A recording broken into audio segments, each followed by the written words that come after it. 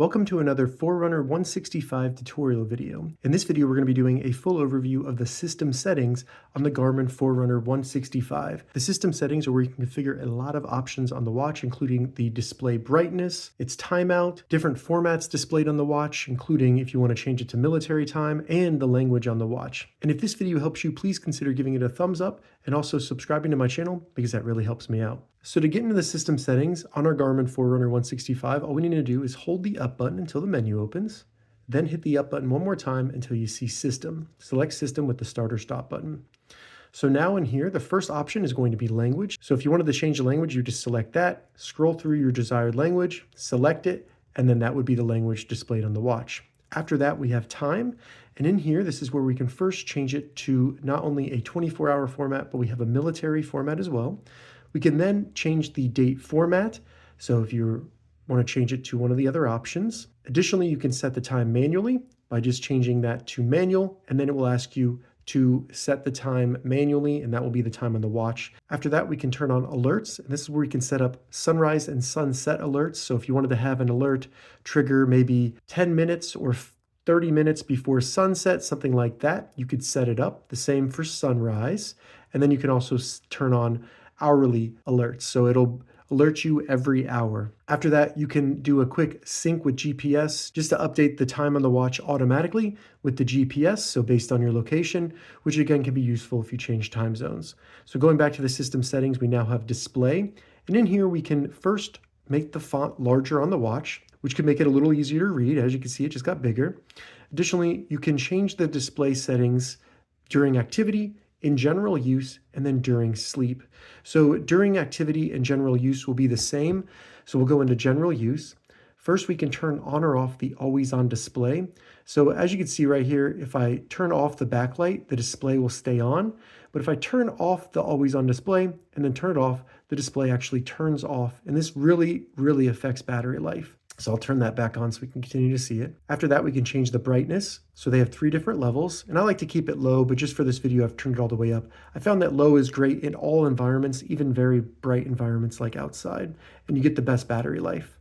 Additionally, we can turn on gestures, and this is where the watch face will turn on if you bring the watch towards you. So as you can see right there, and then the timeout for the display. So I like to do 8 seconds, but 4 seconds or 15 seconds will work fine. Just remember, the longer, the more battery life will be used. So that's everything in general use. If we go into during sleep, we can change the brightness while you're sleeping and also set the timeout.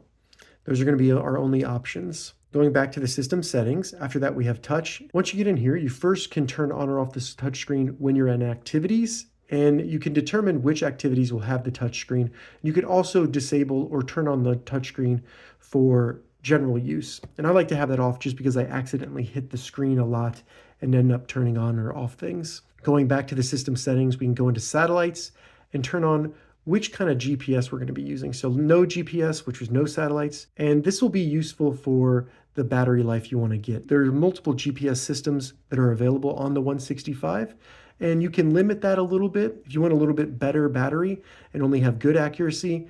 But I recommend using better accuracy. It's not going to use that much battery life. If you want the best battery life, Ultra Track, but the accuracy will be way off. So really, you only want that if you're really needing to expend the battery life for some reason. Going back to the system settings, we then have sound and vibe, and this is when you can turn off haptic feedback. So if you're using the touch screen, it'll vibrate when you're selecting a menu, something like that. Then we can have tone alerts for different items or notifications, and you can determine if you want that during activities on always, or if you want to turn that off. After that, we can turn on and off vibrations on the watch. So if you turn that on, anytime you get a notification, it will vibrate on the watch. You can turn on or off keytones and key vibes. So keytones, anytime you hit a button on the watch, it's going to make a noise.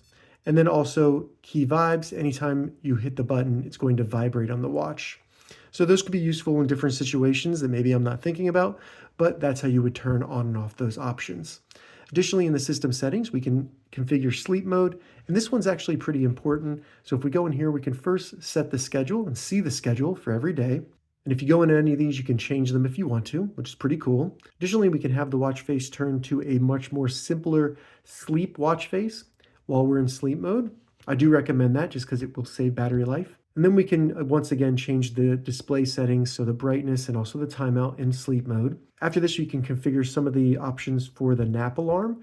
So if you're taking a nap and you want it to wake you up after 15 or 10 minutes, you can have it use the tone and vibration, or just the vibration and just tone, or be completely off. Additionally, you can turn on or off the touch screen when you're in sleep mode, and then also configure if you want Do Not Disturb to be turned on automatically when you're in sleep mode. And that just prevents the watch from vibrating or with tones while you're sleeping. So that can be pretty important to turn on.